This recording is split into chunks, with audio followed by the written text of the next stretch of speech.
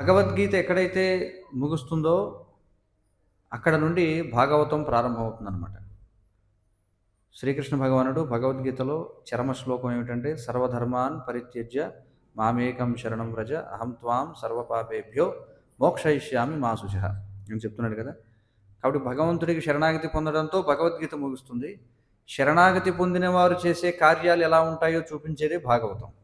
కనుక మరి ఈ భాగవతం ఏ విధంగా స్వయంగా శ్రీకృష్ణ భగవానునికి అభిన్నము అనేటువంటి విషయాన్ని, ఈ భాగవతం యొక్క విశేషాన్ని, ఎందుకంటే అందరికీ భగవద్గీత గురించి తెలుసు, కొద్దిమంది సాధన చేస్తున్న వారికి భాగవతం గురించి తెలుసు, కానీ మిగిలిన వారందరికీ కూడా ఈ భాగవతం యొక్క విశేషాన్ని పరిచయం చేయడానికి ఈరోజు చక్కని సందర్భంగా మేము భావించి, మరి మా ప్రియ సతీర్థులు శ్రీమాన్ సాంబ ప్రభు, వీరు పరమ పూజ్య భక్తి వికాస స్వామి వారి యొక్క శిష్యులు, మా గురుదేవులు వారి యొక్క శిష్యులు, ఈరోజు ఈ సందర్భాన్ని పురస్కరించుకొని శ్రీమద్ భాగవతం యొక్క విశిష్టత గురించి వారు ఇప్పుడు ప్రసంగిస్తారు. అందరూ కూడా చాలా జాగ్రత్తగా వినండి. తర్వాత మనకి ప్రసంగం తర్వాత ఆరతి ఉంటుంది. ఆరతి అయిన తర్వాత ప్రసాద వితరణ, తర్వాత ఈరోజు మిగిలిన అధ్యాయాలు పారాయణం కూడా కొనసాగుతుంది. హరే కృష్ణ.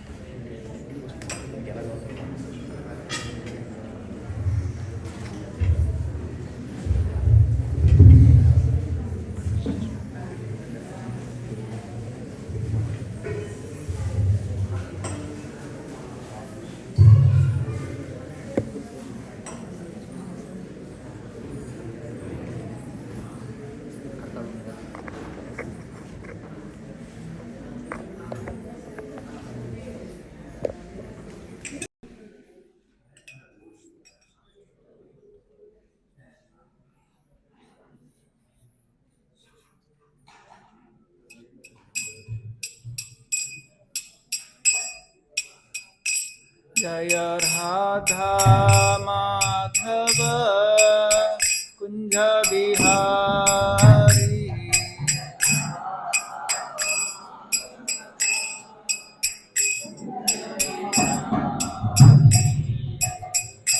राधा माधव कुंज बिहारी,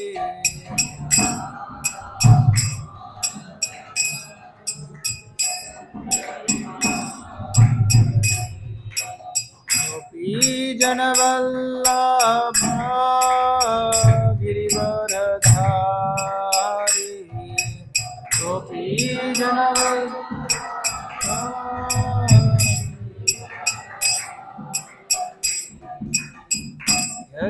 यशोदानंदन व्रज जनरंजना,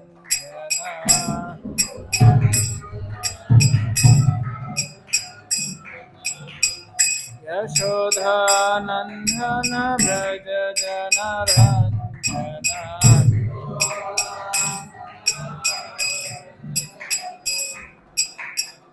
यमुना तीरवनचारी,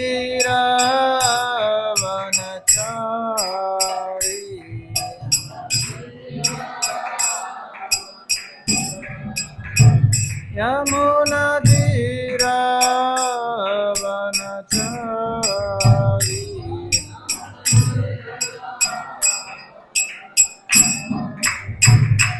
जय राधा माधव कुंज बिहारी,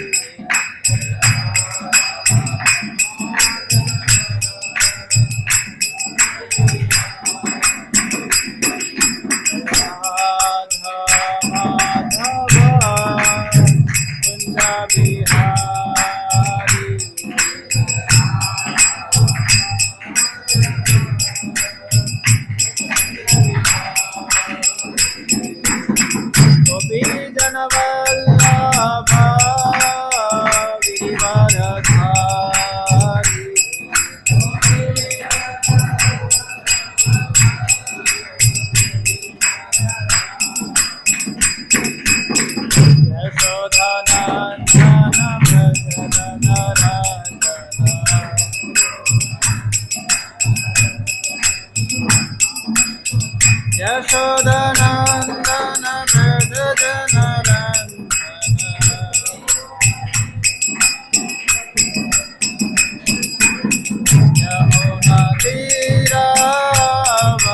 यमुनातीरावनचारी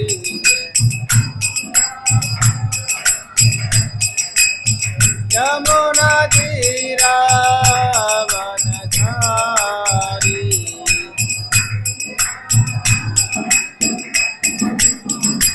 जय Radha Madhav Bihari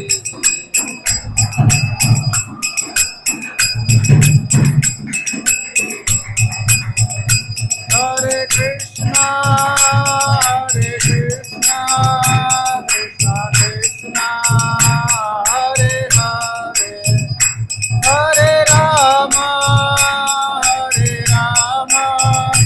Rama Rama, Hare Hare.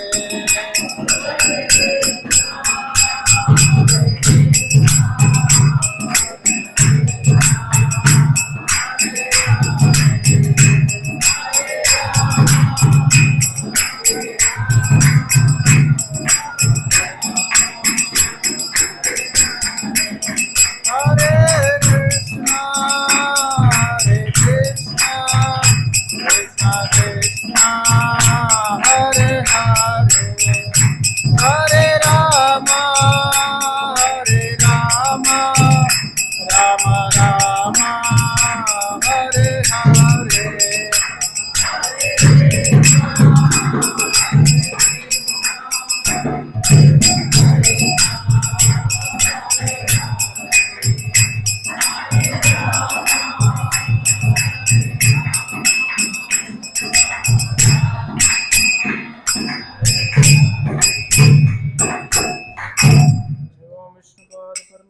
परिव्राजकाचार्य अष्टोत्तर शत श्रीमद् अभयचरणारविंद भक्ति वेदांत स्वामी शील प्रभुपाद की ग्रंथराज श्रीमद् भागवतम की गीता महामहोत्सव की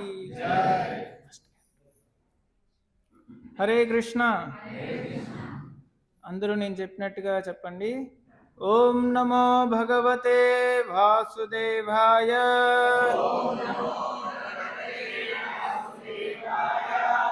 ఓం నమో భగవతే వాసుదేవాయ.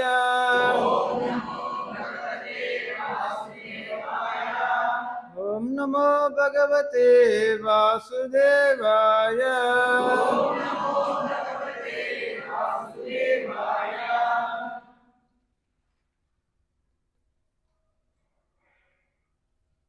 హరే కృష్ణ. భగవద్గీత అందరికీ తెలుసా? భగవద్గీత అనగా పేర్లో ఉన్నట్టుగానే గీత అనగా పాట. భగవద్గీత భగవంతుడు చెప్పినటువంటి పాడినటువంటి పాట. సో భగవాన్ శ్రీ భగవాను వాచ అని భగవద్గీతలో పలుసార్లు వస్తుంది. సో భగవాను వాచ అంటే ఏంటి అర్థం? భగవంతుడైన శ్రీకృష్ణుడు పలికెను అని వస్తుంది. సో ఈ భగవద్గీతని రాసింది ఎవరంటే అందరికీ తెలుసా? వ్యాసదేవులు వారు 5000 సంవత్సరాల క్రిందట శ్రీమద్ మహాభారతం 1,00,000 శ్లోకాలతో మహాభారతాన్ని రాశారు. అటువంటి మహాభారతంలో యుద్ధరంగానికి ముందుగా శ్రీమద్ భగవద్గీత వస్తుంది.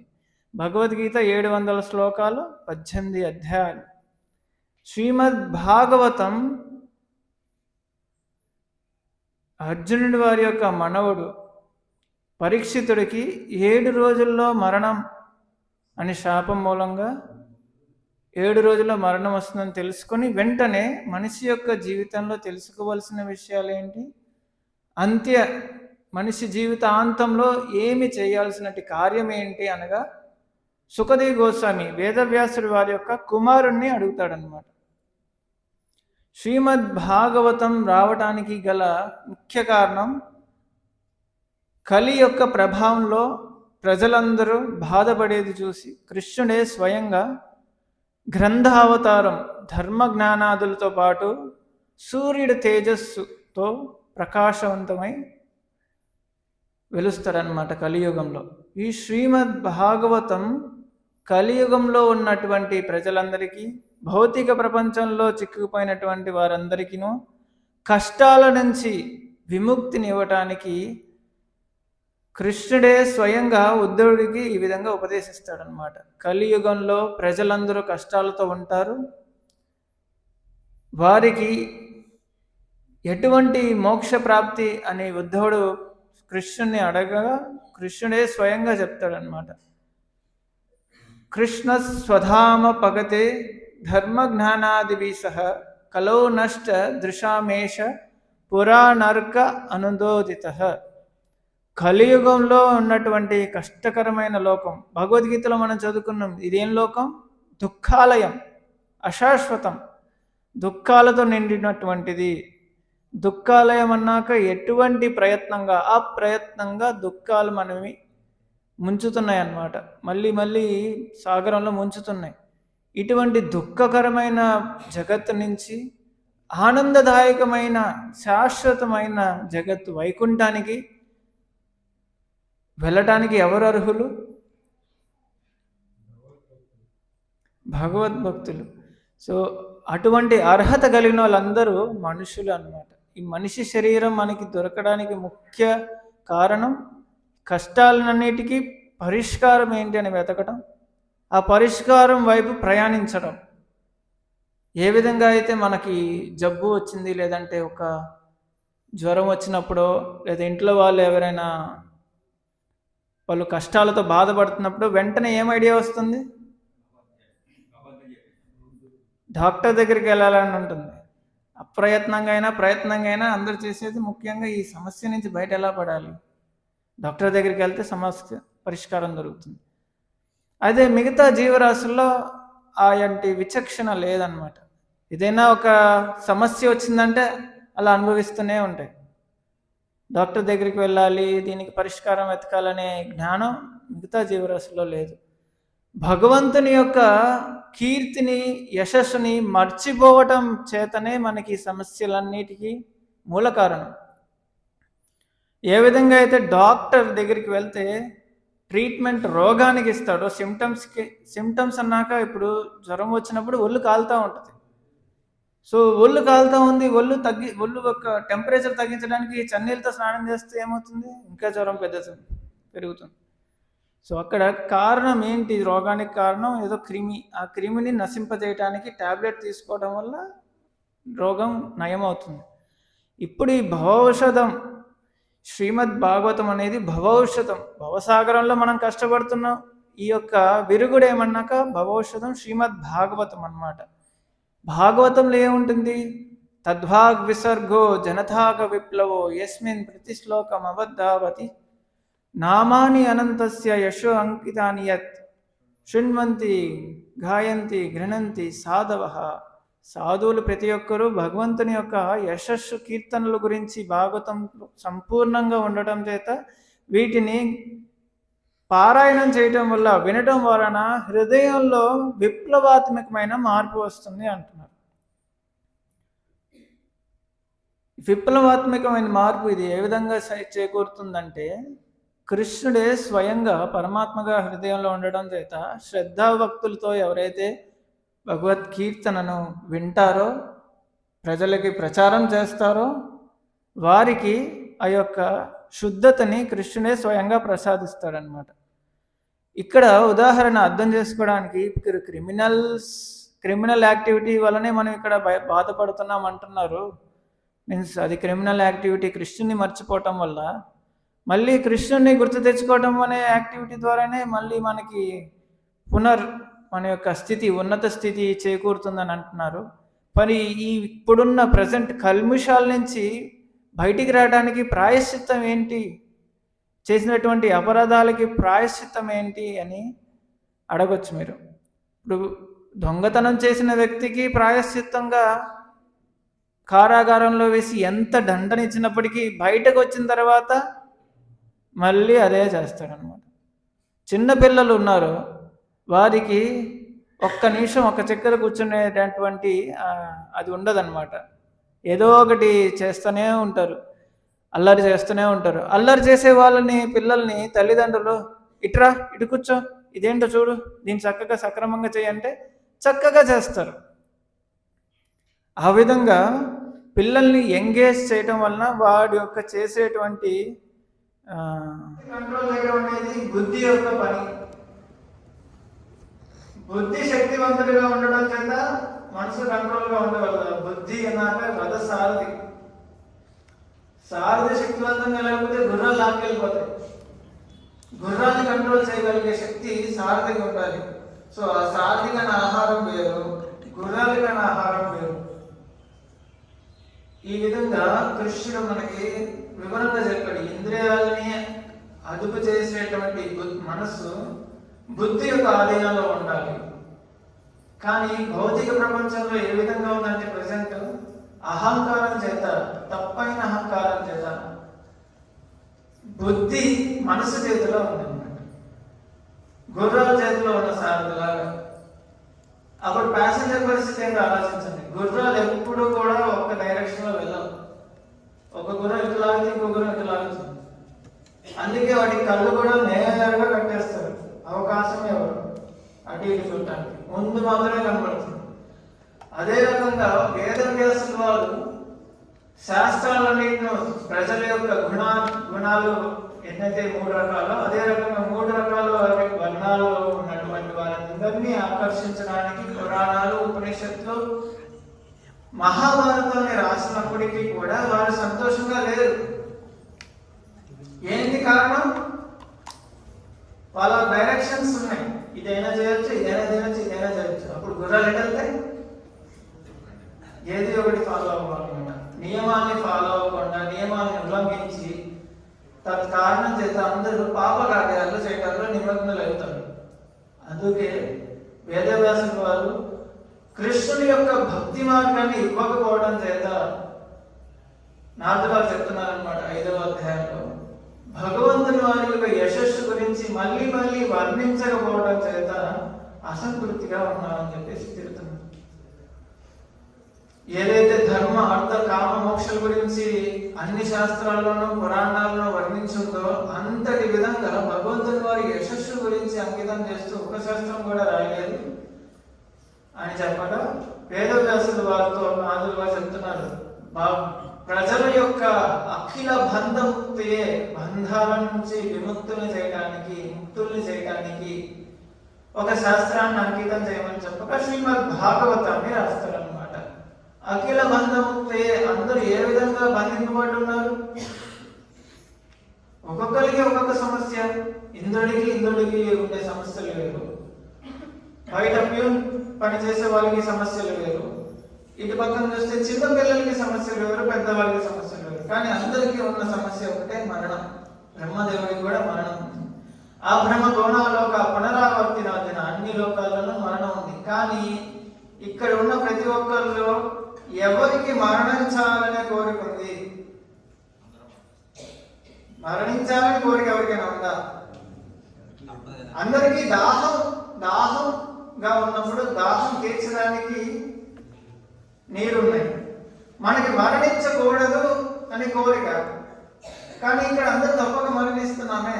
దానికి ఆన్సర్, సమాధానం ఏంటి? సో దానికి సమాధానం అఖిల బంధముక్తియే. బంధించి ఉండడం వలన మరణం అనేది మనకి దండనగా ఇవ్వబడుతుంది. ఏ విధంగా అయితే క్రిమినల్స్ ని దండించడం వల్ల వాళ్ళు బుద్ధిగా భయపడి మారుతారని చెప్పేసి దండన ఇస్తారు, అదే రకంగా దండన ఇవ్వడం జరుగుతుంది. కానీ అల్పబుద్ధులుగా, అజ్ఞానులుగా ఉండడం చేత ఏమవుతుందంటే ఆ మార్పు రావట్లేదు. మనిషి జీవితం రావడానికి 84 లక్షల జన్మలు తీసుకున్నాం. అయినప్పటికీ మనకి మనిషి జీవితంలోకి ఉండవలసిన లక్షణాలు అనేది చాలా తక్కువ మందిలో చూస్తున్నాం ప్రజెంట్ సమాజంలో. ఎందుకనగా ఆ విద్యా బోధన, శ్రీమద్ భాగవతం అనేది విద్య, ప్రతి ఒక్కరి సమస్యలకి సమాధానం ఇచ్చేటువంటి విద్య బోధన అనేది జరగలేదు. అలాగంటారండి, మా అందరికీ డిగ్రీలు ఉన్నాయి, గ్రాడ్యుయేషన్లు అయి ఉన్నాం, 10th వరకు చదివాం, అట్లీస్ట్ 10వ తరగతి 8వ తరగతి చదువున్నాం, మీరేం చదవలేదంటారంటే కేవలం పొట్టకోటి కోసం చేసే పనులకి నేర్చుకునేది విద్య కాదన్నమాట. విద్య అన్నాక శాశ్వతమైన సమాధానాన్ని ఇవ్వగలగాలి. మన యొక్క నిజ వాంఛిక కోరిక, ఎన్నో జన్మలుగా మనకి కోరిక ఏంటా కోరిక? సంతోషంగా ఉండాలి, శాశ్వతంగా ఉండాలి. ఎంత చిన్న వ్యాపారస్తులైనా లాభాలు అతి తక్కువగా ఉన్నప్పుడు కూడా శాశ్వతమైన ఇల్లు కావాలని కొట్టుకుంటారు. కానీ ఎంత శాశ్వతమని కేవలం 30-40 సంవత్సరాలు 50 సంవత్సరాలు శాశ్వతం అనుకుంటున్నారు. నిజ జీవితం అన్నాక ఈ శరీరానికి సంబంధించినది కాదు. శరీరంలో ఉన్నటువంటి మన జీవాత్మ, మన యొక్క జీవితకాలం అనేది అనిత్యం, శాశ్వతం. ఆ శాశ్వతంగా సంతోషం కావాలంటే శాశ్వతంగా ఉండేటువంటి సంతోషం ఎటర్నల్ సనాతన ధర్మం, కృష్ణ ధర్మం సనాతనం పాటించడం వల్లే మనకు జరుగుతుంది. అటువంటి సనాతన ధర్మం మనకి కృష్ణుడు అందజేస్తున్నాడు. ఏమని అందజేస్తున్నాడు భగవద్గీతలో? అందరూ 4వ అధ్యాయంలో ఈ శ్లోకం అందరికీ కంఠస్థం.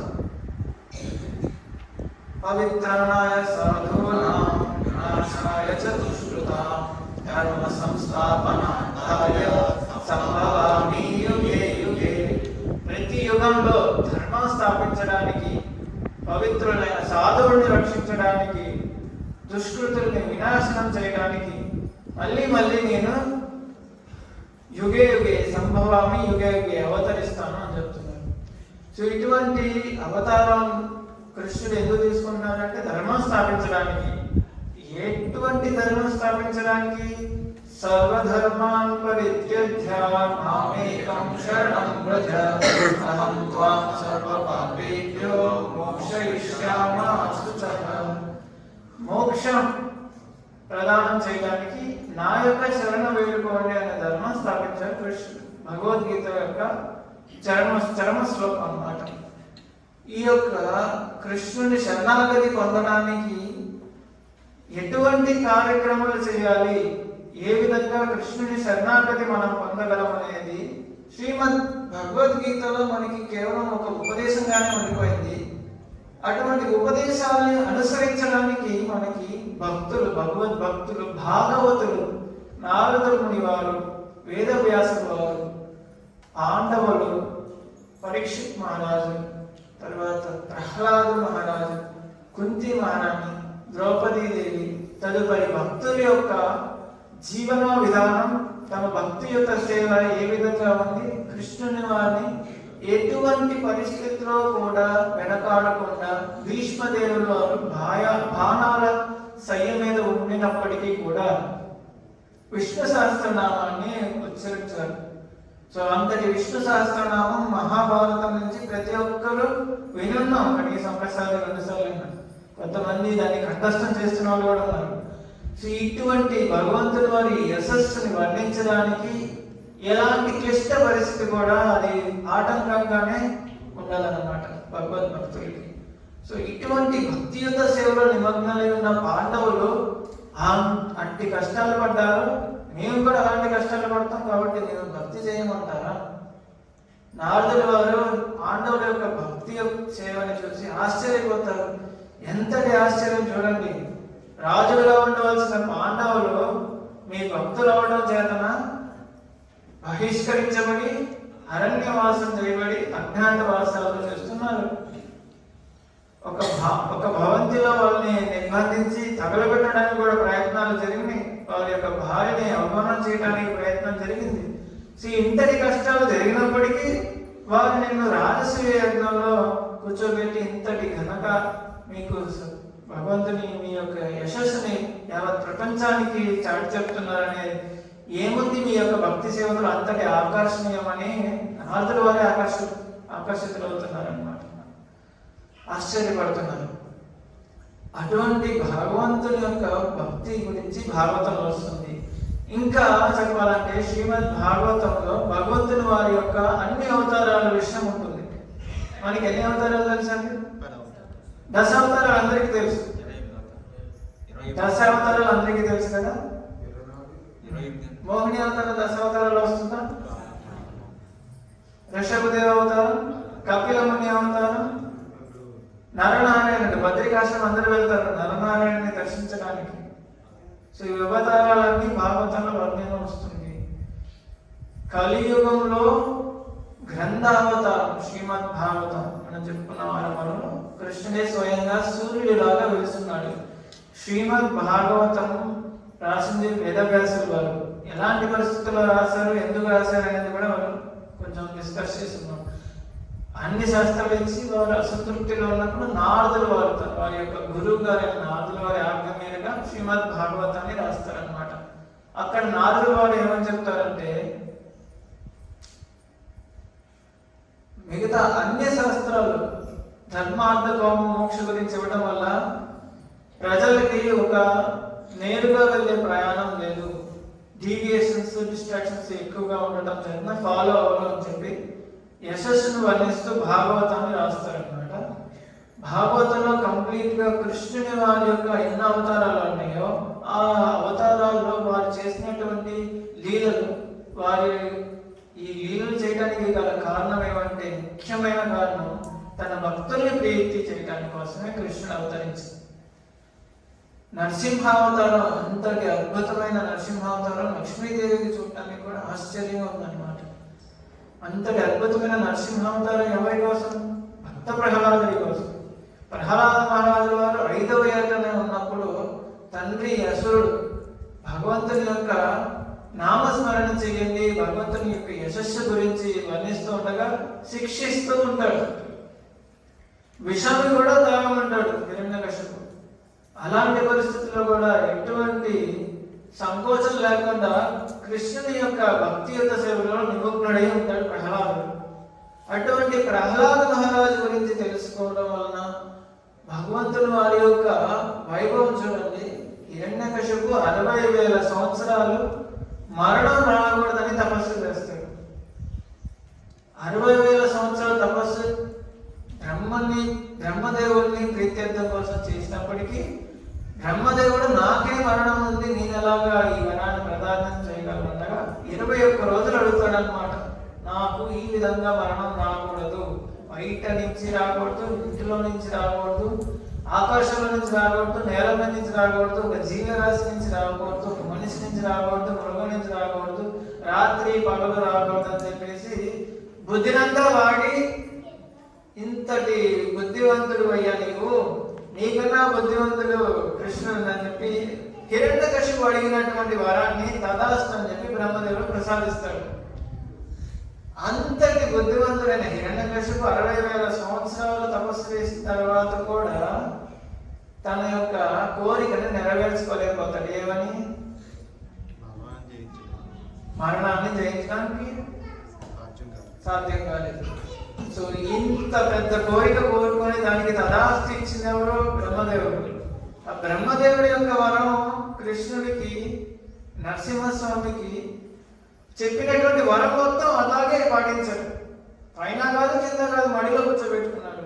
బయట కాదు, లోపల కాదు, ఎంట్రన్స్ లో ద్వారం దగ్గర, రాత్రి కాదు, పగలు కాదు, సంధ్య వేళ ఆయుధాలే వాడలేదు, గోర్లతోనే చీల్చి చంపేస్తాడు అన్నమాట. ఇది నరసింహస్వామి వారి యొక్క శక్తి. ఇంతటి శక్తివంతుడ నరసింహస్వామి అని మనం సింహాచలం వెళ్ళి దర్శనం చేసుకుంటే ప్రహ్లాదులాగా ఎవరికి భయం ఉంటుంది. ఎగ్జామ్స్ అంటే భయం ఉంటుంది, లోన్ అంటే భయం ఉండదు, ఏదైనా రోగం వచ్చినా భయం ఉండదు, ఎదురుగా శత్రువులు సంపదానికి దండయాత్ర చేసి వస్తున్నా భయం ఉండదు, ఇల్లు తగులుబడిపోతున్నా భయం ఉండదు, అన్నంలో విషం కలిసినా భయం ఉండదు. ఇంతటి ధైర్యంగా ఉండాలని ఎవరికైనా కోరిక ఉండదా? అందరికీ ధైర్యంగా ఉండాలనే కోరిక. ఈ ధైర్యాన్ని ప్రసాదించేది మనకి శ్రీమద్ భాగవతం అన్నమాట. సో ఈ యొక్క 7వ అధ్యాయంలో శ్లోకం వస్తుంది, ఒకసారి నేను చదువుతాను.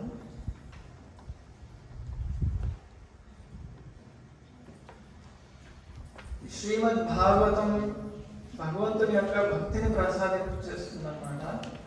ఆ తత్ఫలితం చేత మనకి ఎటువంటి గుణాలు అనేది వస్తుంది చూడండి. యస్యాం వై శ్రూయమానాయాం కృష్ణే పరమపురుషే భక్తిరుత్పద్యతే పుంసా శోక మోహ భయాపహ. ఈ వేదవాంగ్మయమును కేవలం శ్రవణము చేసినంత మాత్రమనే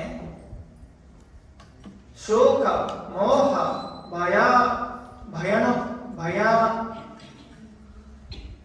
భయముల నుండి నశింపచుటకు దేవదేవుడైన శ్రీకృష్ణుని యద భక్తియుత సేవాభావము శీఘ్రమే ఉత్పన్నమవుచున్నది.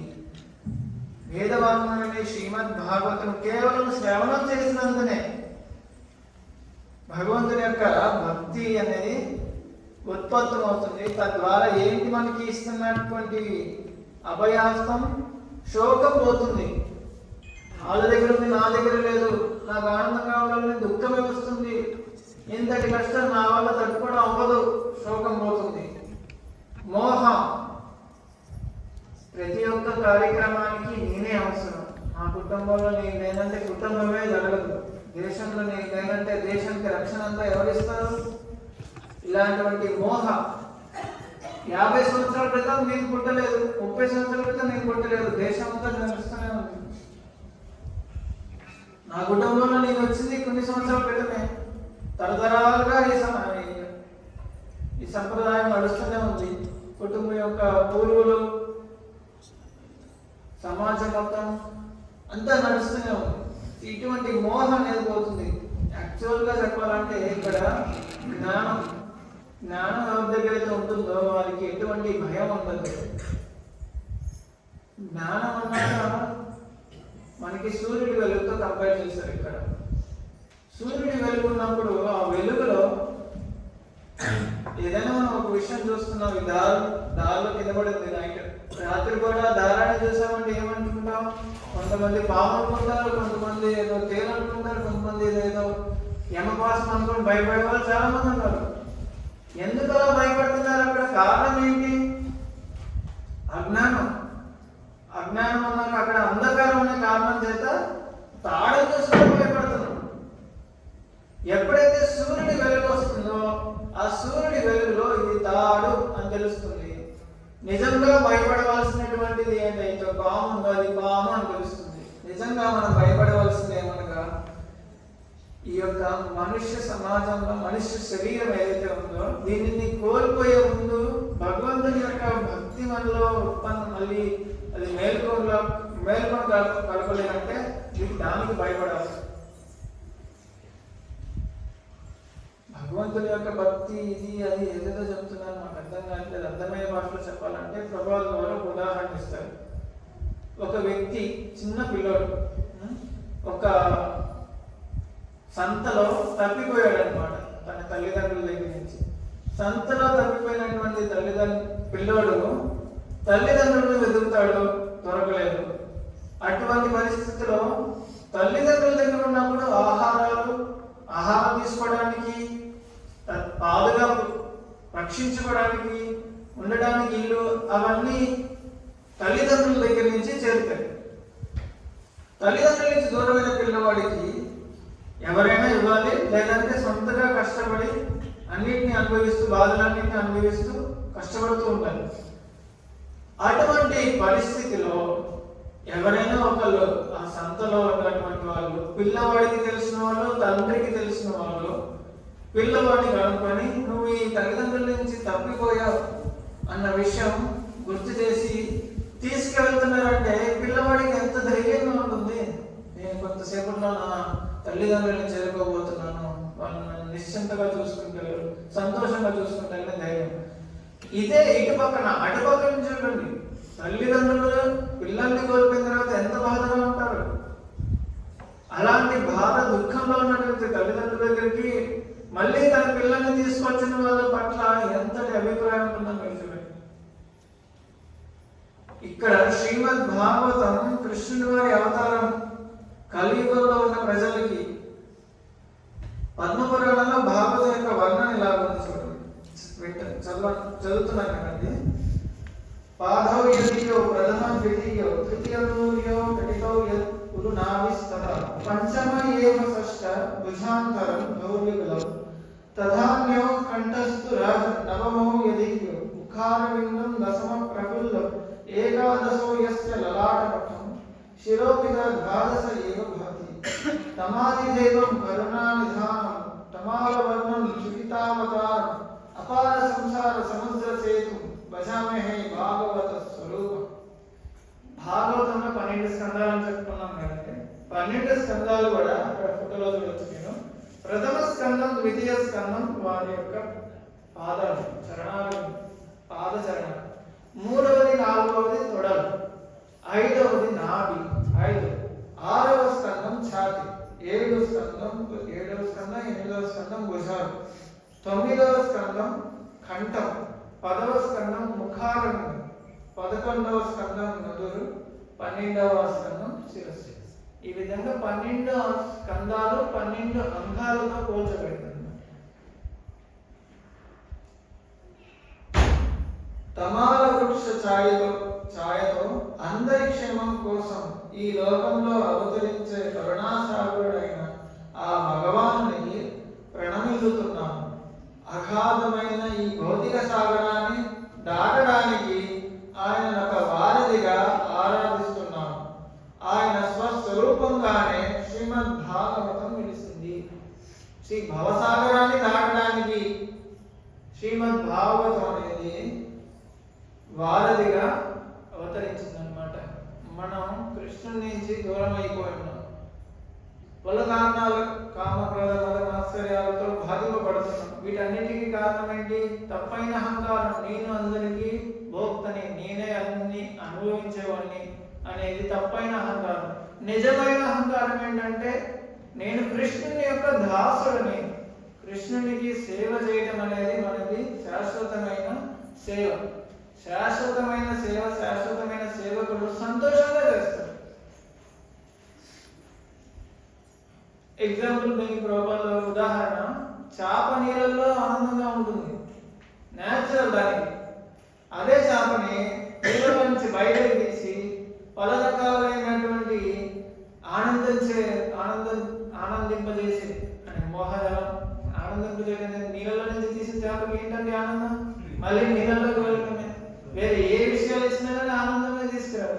సో భగవంతుని యొక్క భక్తి యొక్క సేవ నుంచి దూరమైన మనకి మళ్ళీ వారికి సేవించడమే ఆనందం. కాబట్టే ఇప్పుడు ఇక్కడ మనందరం సమకూరడానికి కారణం. అందుచేతనే ఇక్కడ అందరూ ఇక్కడికి వచ్చి సత్సంగానికి వచ్చున్నారు.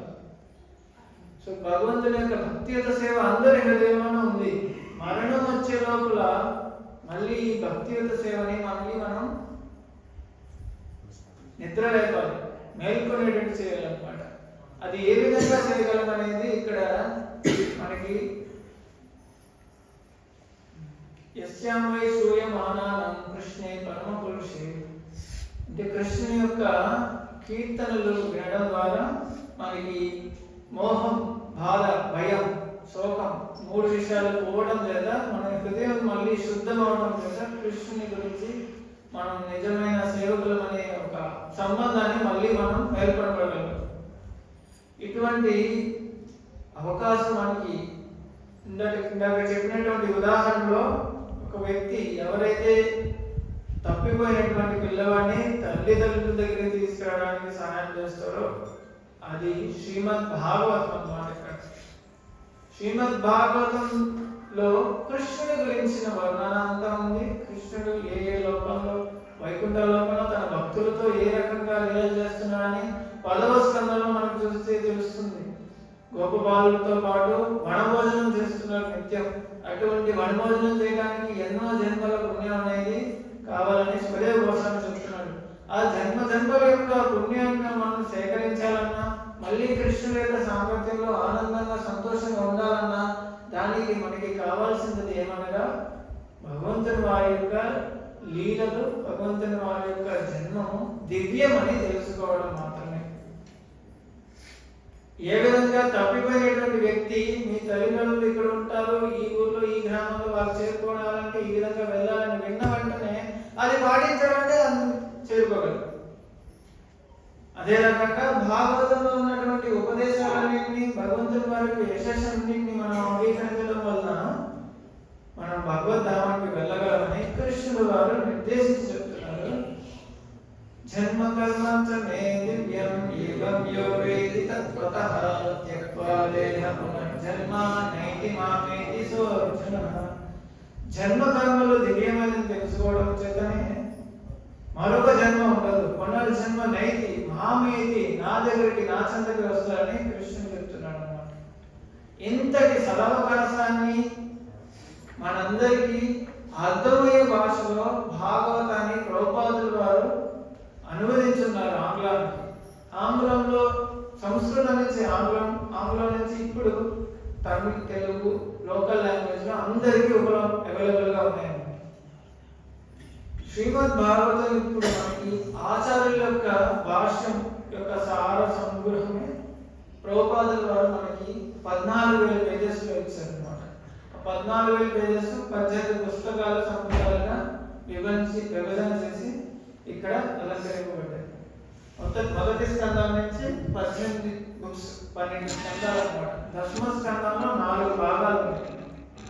11వ స్కందంలో 2 భాగాలు ఉన్నాయి. 3-4 స్కందాల్లో 2 భాగాలు ఉన్నాయి. మిగతా స్కందాలు 1, 2, 5, 6, 7, 8, 9, 12 ఈ స్కందాలని సింగిల్ బుక్స్. టోటల్ గా 18 పుస్తకాలు అన్నమాట. భగవద్గీత ఎన్ని అధ్యాయాలు? 18 అధ్యాయాలు భగవద్గీతని. ఒక్కొక్క అధ్యాయానికి ఒక్కొక్క పుస్తక రూపంలో మనం ఇది 18 సంపుటాలు భాగవతం. ఒక అధ్యాయాన్ని ఎక్స్ప్లెయిన్ చేస్తూ ఒక పుస్తకమే ఉంది భాగవతం. సో భగవద్గీత అది బేసిక్ ఇండెక్స్ బుక్ అని చెప్తారు, ప్రిలిమినరీ అని చెప్తారు. భాగవతం అనేది కంప్లీట్ అని ప్రోగ్రామ్ చెప్తారు. ఇప్పుడు ప్రతి బుక్ లోనూ ఇండెక్స్ వస్తుంది. ఇండెక్స్ 2-3 పేజీలు అయిపోతుంది, కానీ కంప్లీట్ బుక్ వచ్చేసరికి థౌజండ్స్ ఆఫ్ పేజెస్ ఉంది. సో శ్రీమద్ భాగవతం భగవద్గీత ఇండెక్స్ చూడండి, 1000 పేజెస్ ఉంది. 700 శ్లోకాస్ కూడా తాత్పర్యంతో 1000 పేజెస్ ఉంది. ఆ ఇండెక్స్ మనం చదవడానికి కొన్ని సంవత్సరాలు పడుతుంది అర్థం చేసుకోవడానికి. భాగవతం రావడానికి ఇంకేం కాదు.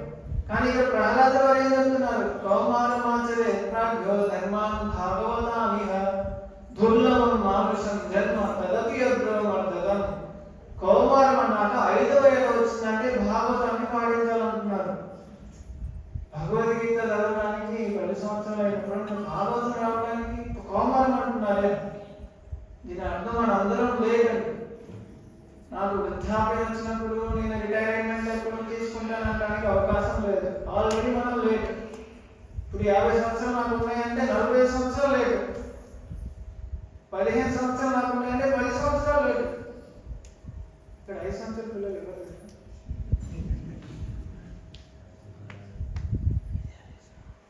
సో మనందరం లేదంటే నాకు భాగవతం 20వ ఏట దొరికింది, వెంటనే చదవడం ఆరంభించాను. చదివిన వెంటనే అర్థమైంది 20 సంవత్సరాలు వేస్ట్ అయిపోయింది. సో విద్యా భాగవతావతి అంతటి ఆనందదాయకమైనది విద్య అన్నమాట. ఇప్పుడు మోడర్న్ ఎడ్యుకేషన్ ఎంతటి ఫ్రస్ట్రేటింగ్ అయిందంటే బుక్స్ చూస్తేనే 10 కిలోమీటర్లు పారిపోతున్నారు పిల్లలు. అది రుచి లేదంటే జడంగా మారిపోయింది అనమాట. కేవలం ఎగ్జామ్స్ కోసం, మార్కుల కోసం చదివి రుచి లేకుండా ఎటువంటి రుచి లేదు పుస్తకాలు. భాగవతం రసామృతం, రసంతో నిండి ఉన్నదని వేదవ్యాసులు చెబుతున్నారన్నమాట. నిగమకల్పతరు లలితం ఫలం సుఖం కాద్ అమృత ద్రవ్య సంయుతం పిబత భాగవతం రసమాలయం. రసమాలయం అంటున్నారు. ఇది భాగవతం అన్నాక వేదాలని కల్పవృక్షం. కల్పవృక్షం అన్నాక ఏంటో తెలుసు అందరికి? కోరికలన్నింటినీ నెరవేర్చేటువంటి వృక్షం. కల్పవృక్షం అన్నాక ఆ వృక్షం దగ్గరికి వెళ్ళి మామిడి పళ్ళు మాత్రమే కాదు, ఏ పళ్ళు అడిగినా ఇస్తుంది. ఇంకా వివరంగా చెప్పాలంటే మనం ఏదైతే కోరుకుంటామో అదంతా. సమోసాలు అడిగినా కానీ సమోసాలు ఇచ్చేస్తుంది, ధాన్యాలు అడిగినా కానీ ధాన్యాలు ఇస్తుంది, పుత్రుడిని కోరుకున్నా కానీ పుత్రుడు ఇస్తుంది. అన్ని కోరికలు ఇచ్చేది వేద వృక్షం.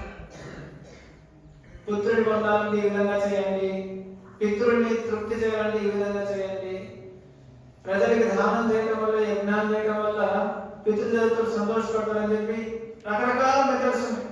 ఇది కల్పవృక్షం. ఇప్పుడు ఒక క్వశ్చన్ అడుగుతాను, చెప్పండి. కల్ప వృక్షం అంటున్నాం, వృక్షం అంటున్నాం కదా, వృక్షం యొక్క సార్థకత ఏంటి? సారం అంతా ఎందులో ఉంటుంది? ఫ్రూట్స్ లో ఉంటుంది, ఆ చెట్టు నుండి వచ్చినటువంటి ఫలంలో ఉంటుంది. అలాగా శ్రీమద్ భాగవతం చెట్టుకి కాసినటువంటి ఫలం ఉంటుంది. వేదముల కల్పవృక్షం ఎటువంటి కోరికలైనటువంటి తీర్చేది కల్పవృక్షం చెట్టును కొరగడం వల్ల రుచి ఉండదు, ఫలాన్ని తీసుకోవడం వల్ల రుచి.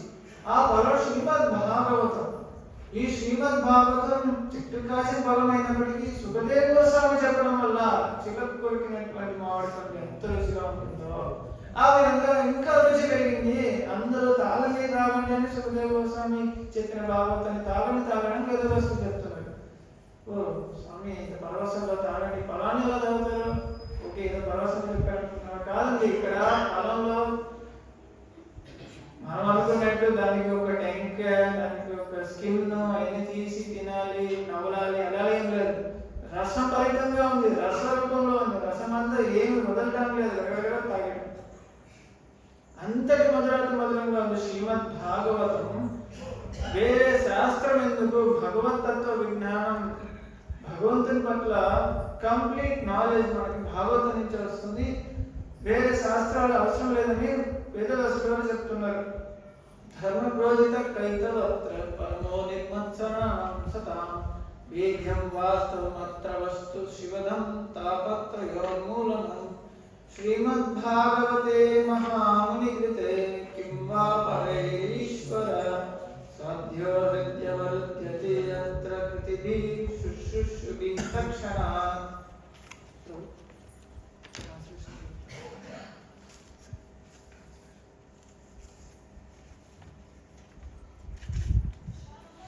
భౌతిక భావన ప్రేరితులైన ధర్మములు అన్నింటినీ సంపూర్ణంగా నిరసించి మాత్సర్యరహితులైన భక్తులు అవగతమనుచుకొనగల పరమోత్కృష్టమైన సత్యమును ఈ శ్రీమద్ భాగవత పురాణం ప్రతిపాదించుచున్నది. పరమోత్కృష్ట సత్యమనున్నది మాయకు పరమైన సత్యమై ఉండి సర్వులకు మంగళప్రదాయకమై ఉన్నది. అట్టి సత్యము త్రివిధ తాపములను సమూలంగా నశింపజేయుడు. మహాముని అయిన వ్యాసదేవునిచే అతని పరిపక్వ స్థితిలో రచింపబడిన ఈ శ్రీమద్ భాగవతము భగవద్ అనుభూతిని పొందుటకు సర్వ విధములుగా యోగ్యమైనప్పుడు వేరొక గ్రంథం యొక్క అవసరం ఏమున్నది? శ్రీమద్ భాగవత సందేశమును మనుజుడు శ్రద్ధతో అణకువతో శ్రవణం చేసినంతనే తజ్ఞానముచే దేవదేవుడు అతని హృదయం నందు సుస్థాపితుడు అగుచున్నాడు. ప్రతి ఒక్క జీవి యొక్క కోరిక ఏమని చెప్పుకున్నాం? కృష్ణునికి సేవ చేయటం. కృష్ణుని సేవ చేసేటువంటి వచ్చే సంతోషం మర్చిపోవడం వలన ఇందులో దొరుకుతుంది అందులో దొరుకుతుంది అని చెప్పి వెతుకుతున్నాం. ఆ వెతుకులాటలో ఎవరైనా ఒక వ్యక్తి ఉన్నాడంటే దాన్ని ఆకలితో ఉన్న వ్యక్తితో పోలుస్తారన్నమాట. ఇప్పుడు భాగవతం చదివిన వెంటనే హృదయం నందు స్థాపితం అవుతున్నది అని ఏ విధంగా అర్థం చేసుకోవాలంటే, ఆకలితో ఉన్న వ్యక్తికి ప్లేట్ నిండా విందు భోజనం ఇచ్చేసిన తర్వాత ఎంత సంతోషంగా ఉంటుందో అదే సంతోషం తినడం ఆరంభించిన వెంటనే ఆ ఆకలి అంతా తీరుతుంది. తింటం మొత్తం కంప్లీట్ అవ్వసలు తింటం ఆరంభించిన వెంటనే ఆకలి తీరుతుంది అనేది అర్థమవుతుంది. శ్రీమద్ భాగవతం చదవడం వలన మనకి ఎంతగానో ఆనందంగా ఉండాల్సినటువంటి కోరిక భాగవతం ద్వారానే తీరుతుందని మనకి అవగతం అవుతుందని చెప్తున్నారు అన్నమాట. సో ఇటువంటి భాగవతం పొందడానికి మనమందరం ప్రయత్నించాలని చెప్పి వేదవ్యాసుల వారు పలు పురాణాల్లో భాగవతం యొక్క మహిమలను చెప్తున్నారన్నమాట. అట్టి పద్మ పురాణంలో ఎవరు చెప్పారంటే, సర్వైస్వన్యాపి లోకేశ కర్తవ్యా శాస్త్ర సంగ్రహ వైష్ణవస్తు సదా భక్త్యా తుష్యార్థం మమ పుత్రక. నా ప్రియమైన కుమార, ఇది కృష్ణుడు బ్రహ్మదేవుడికి చెప్తున్నాడు అన్నమాట. నా ప్రియమైన కుమార, ఒకరు ఎంత కష్టమైనా తన సర్వస్వాన్ని ధారపోసైనా సరే శ్రీమద్ భాగవతమును తన ఇంట సమకూర్చుకోవాలి అని చెప్తుంది. ఇంతటి కష్టమైన కానీ చేస్తాడు. ఆ తప్పైనటువంటి వ్యక్తి ఎంతటి కష్టమైనా కానీ తల్లిదండ్రులు చేరుకోవడానికి చేస్తాడు. నిజమైన ఆనందం తల్లిదండ్రులతోనే కాబట్టి అటువంటి సాధ్యాన్ని సమకూర్చుకోవడానికి, అంతటి దూరం చేరుకోవడానికి ఎంతటి కష్టమైనా కానీ తీసుకుంటాడనమాట. సో ఇప్పుడు ప్రజెంట్ అందరూ, ఇప్పుడే కాదు అలా తరతరాలుగా మనకి పెద్దలు చెప్పింది ఏంటంటే తీర్థక్షేత్రాలకు వెళ్ళాలి, దర్శించుకోవాలి, తద్వారా మనకి పుణ్యం జరుగుతుంది అని చెప్పి తీర్థయాత్రలకు ప్రయాణించడం అనేది ఆ సమయాల్లో ఎప్పుడైతే ఇంతకుముందు నడవడానికి నడిచి వెళ్ళే వాళ్ళు తీర్థయాత్రలకి, ఆ సమయంలో అలాంటి సమయంలో 50 ఏళ్ళు వచ్చిన వెంటనే తీర్థయాత్రలకు ప్రయాణం స్టార్ట్ చేస్తారు అన్నమాట. అటువంటి తీర్థయాత్రలోకి వెళ్ళి నదులలో స్నానం చేసి ఎటువంటి పుణ్యం, ఎంతటి పుణ్యాన్ని సంగ్రహిస్తారో అంత పుణ్యం కన్నా కేవలం శ్రీమద్ భాగవతం ఇంట్లో ఉంటేనే ఆ పుణ్యం అందరికీ వస్తుందని చెప్తున్నాను. ఎత్ర ఎత్ర భవే పుణ్యం శాస్త్రం భాగవతం కలౌ తత్ర తత్ర సదైవాహం భవామి త్రిదతైః. కలియుగంలో ఎక్కడెక్కడైతే పవిత్రమైన శ్రీమద్ భాగవత పురాణం ఉండునో అక్కడక్కడల్లా నేను కృష్ణ భగవానుడు సర్వదేవతలతో కూడి నిలిచెదను అని చెప్తున్నాను. తీర్థయాత్రలు దర్శించడానికి ఎందుకు వెళ్తున్నాం? అక్కడ ఉన్న దేవతల యొక్క దర్శనం, ఆశీర్వాదం పొందడానికి. భాగవతం ఎవరింటనైతే ఉంటుందో కృష్ణుడు దేవతలందరితో పాటు ఉంటున్నారు అన్నమాట. ఇంతటి భాగ్యం ఎక్కడ దొరుకుతుంది? ఒకరు కీర్తి కావాలన్నా, ధర్మం వృద్ధి పొందాలన్నా, జయం లభించాలన్నా, పాపముల నుండి విముక్తిని పొందాలన్నా, మోక్షం పొందాలనుకున్నా వారు శ్రీమద్ భాగవతులు తప్పక శ్రవణం చేయాలి.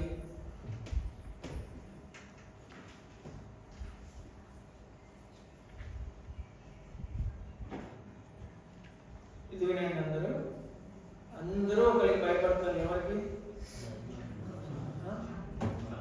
యమరాజు. యమరాజు అంటే అందరూ భయపడతారు. ఏ టైంలో వచ్చి లాంటి వెళ్ళిపోతాడో, నా యొక్క సామ్రాజ్యం అంతా కుప్పగొలిపోతాడు. ఎంత కష్టపడి నేను సామ్రాజ్యాన్ని, కుటుంబాన్ని నేను పెంచాను, ఒకసారిగా వచ్చేసి వదిలేసి వచ్చామని చెప్తే ఎలా వదిలేసి వస్తాను? కానీ మీ యమధర్మరాజుకి ఎటువంటి కరుణ కటాక్షం లేదు. ఈ అంత ప్రాధాన్యత ఉండగానే లాక్కెళ్ళిపోతాడు. అందరికి భయం ఉంటుంది కదా. ఇక్కడ ఏముందో చూడండి. నా శృణ్వంతి నా హృష్యంతి శ్రీమద్భాగవతం పరం సత్యం సత్యం హి లోకేశ తేషాం స్వామి సదాయమః. సర్వోత్కృష్టమైన శ్రీమద్ భాగవత మహాపురాణాన్ని ఎవరైతే శ్రవణ కీర్తనాదులు చెయ్యకుండా మరియు దాని యందు ఆనందమును కలగకుండా ఉంటారో వారు యమరాజు ఆధీనమునకు నిత్యం బదులగుదురు. ఇది సత్యం.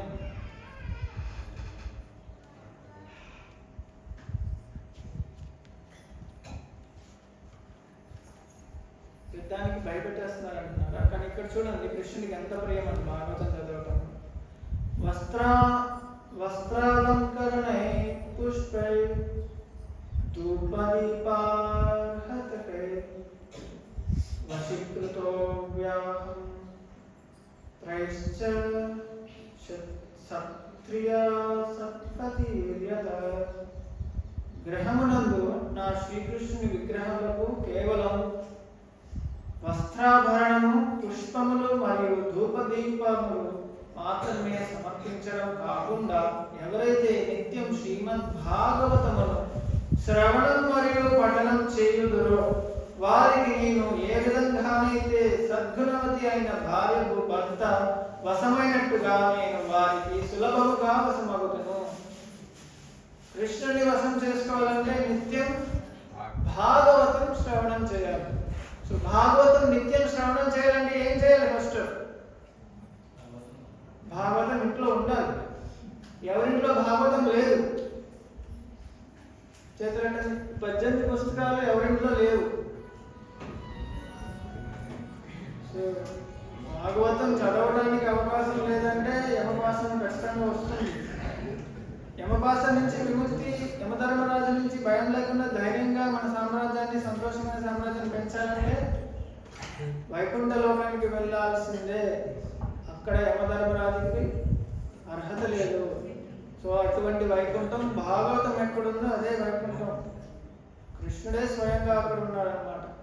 అటువంటి అవకాశం కలియుగంలో ఉన్న ప్రజలకి ఎత్తుక్కుంటూ వస్తుంది. ఇది చైతన్య మహాప్రభు వారి యొక్క కటాక్షం. కృష్ణుడు ద్వాపర యుగంలో ఏమని చెప్పాడు? నా యొక్క రక్షణ పొందాలంటే నన్ను శరణ వేయండి అని అడుగుతున్నారు. మీరు అనుకున్న ధర్మం, ఈ ధర్మం, జాతి ధర్మం, కుల ధర్మం ఇవన్నీ వదిలేసి నా శరణ వేయండి అక్కడ ఆజ్ఞాపిస్తున్నారు. ఇక్కడ శ్రీమద్ భాగవత రూపంలో కృష్ణుడు ప్రతి ఒక్కరింటికి వద్దు వద్దన్నా కానీ భక్తులు ఇలాంటి గ్లోరీస్ మహాత్మ్యాలన్నీ చెప్పేసి వద్దు వద్దనే వ్యక్తిని నాకు భాగవతం కావాలని చేస్తున్నారంటే ఇది భాగవత కటాక్షం, ప్రభుపాదుల వారి అనుగ్రహం, కష్టార్జితం. ప్రభుపాదుల వారి యొక్క తపోఫలం శ్రీమద్ భాగవతం మనందరికీ ఇప్పుడు తెలుగులో అవైలబుల్గా ఉంది. ఇటువంటి తపోఫలాన్ని మనం స్వీకరించాలి. మనం చేదుగా ఉన్న వస్తువులు తినడం వలన చేదుగా అనిపిస్తుంది, కానీ సంతోషంగా నిజంగా చెప్పాలంటే మనం ఇప్పుడు దాకా వెతుకుతున్నవన్నీ భౌతిక ప్రపంచంలో కృష్ణుని మర్చిపోవడానికి వెతికినవన్నీ మనకి విషం. అటువంటి విషం ఉన్న వ్యక్తి, విషం తాగిన వ్యక్తి డాక్టర్ దగ్గరికి వచ్చినప్పుడు వాళ్ళకి ట్రీట్మెంట్ ఏమంటే విషాన్ని కప్పించడం, తద్వారా విషం నుంచి వచ్చినటువంటి ప్రభావం నుంచి విముక్తులై తన శక్తిని మళ్ళీ పొందగలరు. ఇప్పుడు మనం భౌతికమనే విషయాన్ని తీసుకోవడం వల్ల, మాయ అనే విషయం తీసుకోవడం వల్ల బలహీనులమై ఉన్నాం. మళ్ళీ మన యొక్క శక్తి మనం పొందాలన్నా ఆ విషయాన్ని కక్కి భాగవతం అనే అమృతాన్ని స్వీకరించాలి. ఈ శ్రీమద్ భాగవతం అనే అమృతం స్వీకరించడం వల్ల మళ్ళీ మన యొక్క శక్తులు యథాశక్తి మనం సంతోషంగా జీవించగలం అన్నమాట. శ్రీమద్ భాగవతం కలియుగంలో ఇంతటి అవకాశాన్ని ప్రజలందరికీ ఇస్తుంది. కృష్ణుడే స్వయంగా ధర్మం స్థాపించడానికి వస్తున్నారు కదా, సంభవామి యుగే యుగే, అసురుల్ని సంహరించడానికి వస్తున్నారు కదా. అసురులు ఎవరు ఇక్కడ? అసురుల్ని సంహారం చేసి పవిత్రులైన భక్తుల్ని రక్షించడం కోసం. భక్తులు ఎవరు ఇక్కడ? ప్రతి ఒక్కరు భగవంతుని యొక్క భక్తులే. హృదయంలో ఉన్న కామక్రోధ మదమాత్సర్యాలనే ముసుగు వలన అందరూ అసురులుగా ఉన్నారు. ప్రతి ఒక్కరిని మార్చాలంటే ప్రతి ఒక్కరి హృదయంలో మార్పు రావాలి కదా. రాముడుగా వచ్చినప్పుడు అస్త్రాలతో రావణాసుని సంహారం చేస్తున్నాడు. ఇప్పుడు కలియుగంలో ప్రతి ఒక్కరిని సంహారం చేయడానికి, ప్రతి ఒక్కరి హృదయంలో ఉన్న రావణాసుని సంహారం చేయడానికి తన యొక్క దివ్యమైన యశస్సు రూపమైన శ్రీమద్ భాగవతం అనే వాంగ్మయ రూపంలో వచ్చున్నారన్నమాట. ఈ వాంగ్మయ రూపాన్ని పొందడానికి, కృష్ణుని పొందాలంటే ఎంత కట్టాలండి? ఎవరి వల్ల అవుతుందా కృష్ణుని పొందడం? ముల్లోకాలకి అధిపతి అయిన కృష్ణుడి యొక్క నోటిలోనే మూడు లోకాలు, అన్ని లోకాలు ఉన్నాయి. యశోదమ్మ చూస్తారు, అన్ని లోకాలని తన నోట్లో పెట్టుకున్నటువంటి కృష్ణుని ఎవరైనా కొనగలరా? సో మనకి భాగవతం ఏదైతే ఉందో ప్రింటింగ్ కాస్ట్ రుణపడి ఉన్నాం. మన యొక్క జ్ఞానానికి చాలా రుణపడి ఉన్నాం.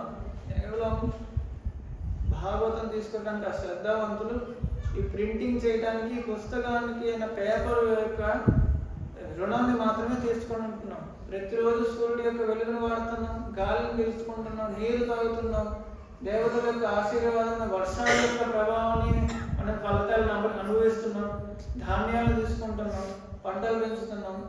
ఇంతటి రుణం తీసుకున్న రుణం తీసుకున్నటువంటి ఏమంటారు వాళ్ళని? రుణం కట్టినటువంటి వాళ్ళు ఏమంటారు?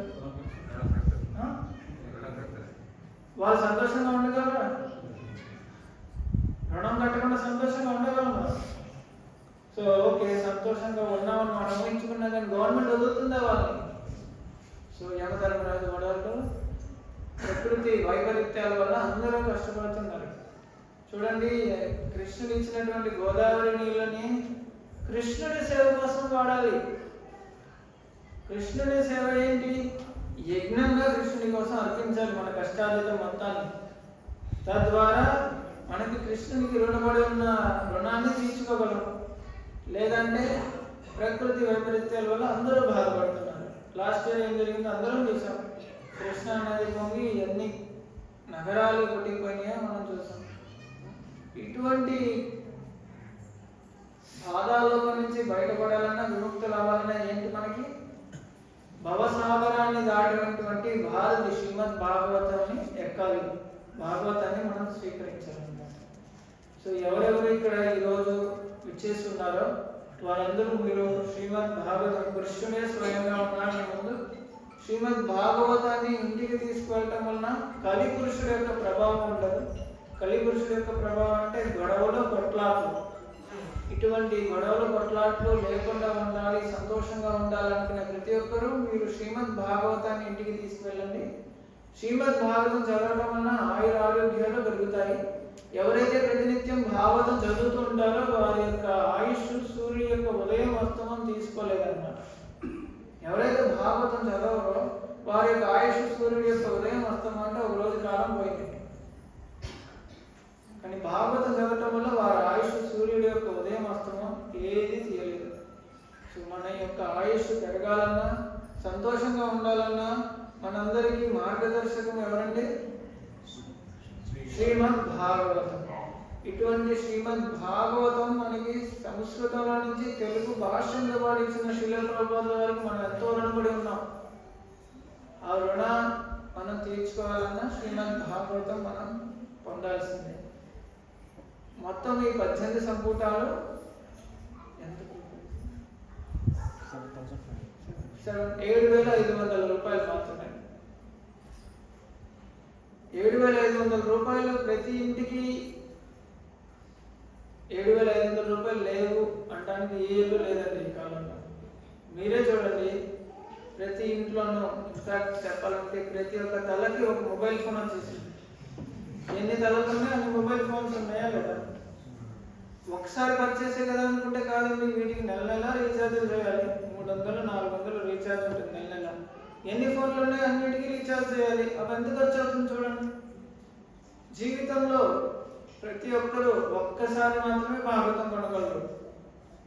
జీవితం కాలం అన్నాక 80 సంవత్సరాలు కాదు, నిత్యమైన సంపద శ్రీమద్ భాగవతం. ఇప్పటి వరకు మన దగ్గర భాగవతం ఇంట్లో లేదు అంటే ఇప్పటి వరకు మనం భాగవతం పొందలేదు అని అర్థం. ఇప్పుడు భాగవతం మనం తీసుకుంటున్నామంటే ఇక మీద తీసుకునే అవకాశం లేదు. ఇది నిత్యమైన సంపద. కలియుగంలో కానీ ఎప్పుడైనా కానీ భగవంతుని వారి యొక్క సేవ ఎవరైతే నిమగ్నులైతారో వారు చేసేటువంటి కార్యం శాశ్వతమైన సంపదగా ఉంటుంది. ఇప్పుడు మీరు కృష్ణుడికి రూపాయి గుండీలో వేశారంటే మీకు కనుక అప్పుడు కౌంట్ చేస్తూనే ఉంటాడు కృష్ణుడు. ఈ జన్మ కాదు, జన్మ జన్మలకి ఆ కౌంట్ వెళ్తూనే ఉంటుంది, తగ్గదు. నెక్స్ట్ జన్మలో ఇప్పుడు 10 రూపాయలు వేసారంటే నెక్స్ట్ జన్మ 11వ రూపాయల నుంచి స్టార్ట్ అవుతుంది. ఈ రకంగా భాగవతం పొంది చదవకుండా అయితే ఎవరైతే ఉంటారో భాగవతం ఉన్న ఇంట్లో మళ్ళీ పిల్లలుగా పుడతారనమాట. ఇప్పుడు చూడండి, భక్తుల యొక్క కుటుంబంలో పిల్లలు ఉన్నారు, వాళ్ళకి భాగవతం కొనాల్సినటువంటి అవకాశం లేదు. ఆల్రెడీ భాగవతం ఇంట్లో ఉంది. శ్రీమదే రకంగా కృష్ణునికి చేస్తున్నటువంటి సేవ 7,500, 8,000, 8,500, 12,000 ఎంతైనప్పటికీ అది మనకి శాశ్వతమైన అసెట్ అన్నమాట. బంగారం 10 బిస్కెట్లు కొంటారండి. కొంతమంది 1 బిస్కెట్ కొంటారు, కొంతమంది 2 గ్రాములు, మినిమం 10 గ్రాములు ఉంటాయి.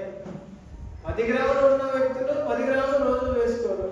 10 బిస్కెట్లు ఉన్న వాళ్ళు రోజు 10 బిస్కెట్లు వేసుకోరు, అయినప్పటికీ ఇంట్లో ఉంచుకుంటారు. అదే రకంగా భాగవతం ఉండి అయ్యో మేము భాగవతం తీసుకొని చదవలేమండి, అపకీర్తి అవుతుంది, అలా కాదు. మన అసెట్, మన పిల్లలకి మనం ఇచ్చేటువంటి సంపద.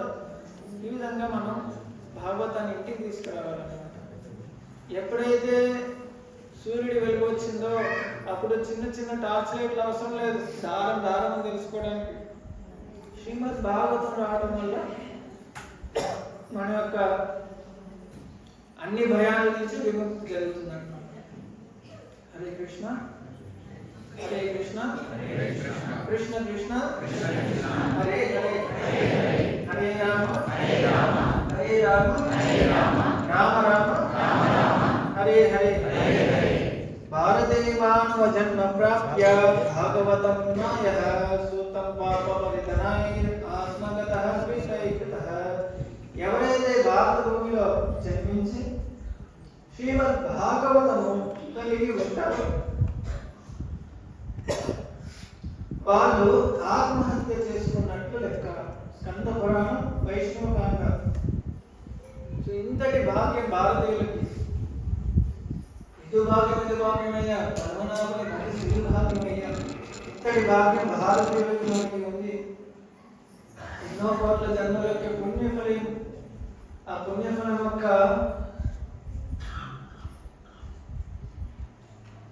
రుచి, ఆ పుణ్య ఫలితం యొక్క అనుభూతి మనకి. ఇప్పుడు కృష్ణుడు మన ఇంటికి రావడానికి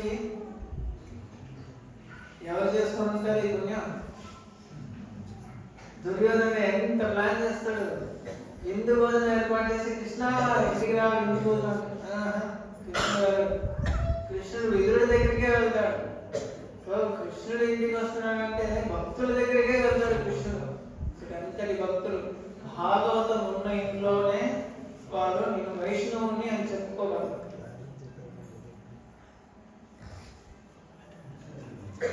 కథం స వైష్ణవం శాస్త్రం భాగవతం కలో గృహేణ తిష్టతే యస్య స్వపచాదతి కోహిస. కలియుగంలో ఎవరి దగ్గరైతే శ్రీమద్ భాగవత పురాణం ఉండదో వారు వైష్ణవులని చెప్పుకోవడానికి అర్హులు కాదు.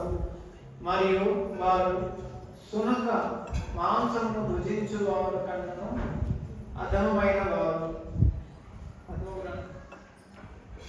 హరే కృష్ణ. సో శ్రీమద్ భాగవతం యొక్క గొప్పదనం మనం విన్నాం. వైష్ణవులను చెప్పుకోవాలన్నా, భగవంతుని యొక్క భక్తులు మనం చెప్పుకోవాలన్నా భాగవతం ఉండాలన్నమాట. భాగవతం ఉన్నాక అంతర్యం. భాగవతం లోకహితం కోసం కృష్ణుడి యొక్క అవతారం. ఎవరైతే ప్రతిరోజు చదువుతారో, ప్రతినిత్యం భాగవతం ఒక శ్లోకమైన అరశ్లోకమైన చదువుతారో వారు సహస్ర గోదానం చేసినటువంటి పుణ్యం అన్నమాట. సహస్ర గోదానం పుణ్యఫలం అంటే ఇప్పుడు గోవుని దానం చేయడానికి ఏదైనా గుడికి వెళ్ళాలంటే 5 లక్షలు 6 లక్షలు అని చెప్తారు. సహస్ర గోదానం ఉన్నాక చూడండి, అంతులైనటువంటి సంపదను మనం భాగవతం తీసుకోవడం వల్ల పొందుతున్నాం. ఇంతటి భాగ్యం మనకి ఎవరిస్తున్నారంటే శిల ప్రభుపాదుల వారు ఇస్తున్నారు. అది అర్థమయ్యే విధంగా 10వ తరగతి లేదా 10 సంవత్సరాలు ఉన్న పిల్లలు కూడా సులువుగా అర్థం చేసుకోగలరు. ఇంతటి భాగ్యం మనకి ప్రభుపాదులు వారు ఇస్తున్నారు. దయచేసి అందరూ ఈ అవకాశాన్ని సద్వినియోగపరచుకోండి. ఇంకెవరికైనా డౌట్స్ ఇంకా దూరంగా అర్థం కావాలంటే భాగవతం భగవద్గీత ఇంకా అర్థం కాలేదన్న వాళ్ళు మీ క్వశ్చన్ అడగండి. భగవద్గీత అంటే అందరికీ తెలుసు కదా, కృష్ణుడు అర్జునుడి కంటే ఇచ్చిన ఉపదేశాలు. శ్రీమద్ భాగవతం సుఖదేవ గోస్వామి పరీక్షితుడికి 7 రోజులు 7 రాత్రులు చేసినటువంటి ఉపదేశం అన్నమాట. ఈ శ్రీమద్ భాగవతం మొత్తం కథల రూపంలో ఉంటాయి. భగవద్గీత ఉపదేశాలు, ఇది చేయాలి ఇది చేయకూడదని ఉపదేశాలుగా ఉంటాయి అన్నమాట. హరే కృష్ణ. ఈరోజు భాగవతం తీసుకునే వాళ్ళు ముందుకు రండి.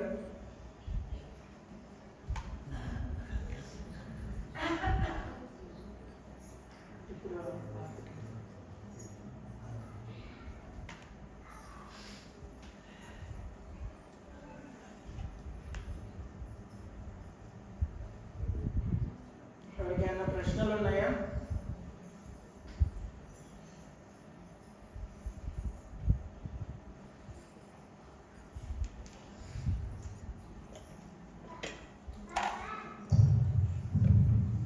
హరే కృష్ణ.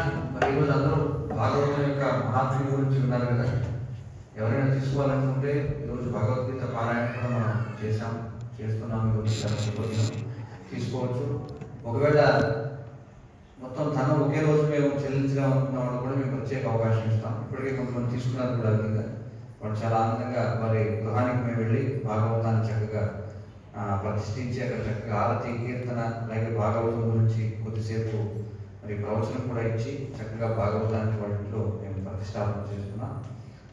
అందుచేత ఎవరైనా ఆసక్తి ఉండి మేము ఒకేసారి అంతా చెల్లించలేమనుకున్న వాళ్ళు కూడా మీరు వచ్చి తీసుకోండి. మాతో మాట్లాడినట్లయితే మేము దానికి కూడా మీకు వెసులుబాటు ఇస్తాం. హరే కృష్ణ. మరి ఇప్పుడు ఆరతి ఉంటుంది. ఈరోజు మరి భగవద్గీత మనం పారాయణ ప్రారంభించాం కాబట్టి అక్కడ భగవద్గీతకి 9 అధ్యాయాలు పూర్తయ్యి మనకి ఇప్పుడు పారాయణం. తర్వాత ఇప్పుడు ఆరతి, అందరికీ ప్రసాద వితరణ ఉంటుంది. ప్రసాద వితరణ అయిన తర్వాత మళ్ళీ పారాయణ ప్రారంభమవుతుంది. సాయంత్రం భగవద్గీత పారాయణ పూర్తయిన తర్వాత లోపల మహాత్మ్యం ఉంటుంది. ఇప్పుడు ఈరోజు భాగవత మహాత్మ్యం గురించి చెప్పుకున్నాం కాబట్టి మరి కృష్ణుడికి భాగవతానికి మీరు అక్కడ చూడొచ్చు. అక్కడ పక్కన ఒక చిత్రపటంలో కూడా మనకి శాస్త్రాల్లో చెప్పబడింది అనమాట. భాగవతంలో ఏ స్కందం భగవంతుని యొక్క ఏ అంగంతో సమానం అనేటువంటి మీరు అక్కడ చూడొచ్చు. అందుచేత ఇప్పుడు మనం భాగవతానికి కృష్ణుడికి ఏదో వ్యత్యాసం లేదు కాబట్టి భాగవతానికి ఈరోజు మనం మధ్యాహ్నం ఆరతి కూడా చేస్తాం ప్రత్యేకించి. హరే కృష్ణ. ఇంకెవరైనా కృష్ణుడు అనుకుంటే అడగవచ్చు, లేదంటే ఇప్పుడు ఆరతి బాగుంటుంది. కార్యక్రమం అయిన తర్వాత కూడా మీరు అక్కడ బుక్ స్టాల్ దగ్గరికి వచ్చి మీకు ఎవరైనా ప్రశ్నలు సందేహాలు అడగవచ్చు. హరే కృష్ణ. గ్రంథరాజ్ శ్రీమద్ భాగవతం కి భగవద్గీత యథాతథం కి ఆరతి ఉంటుంది. అందరూ కూడా చాలా ఉత్సాహంగా బాగుంటుంది.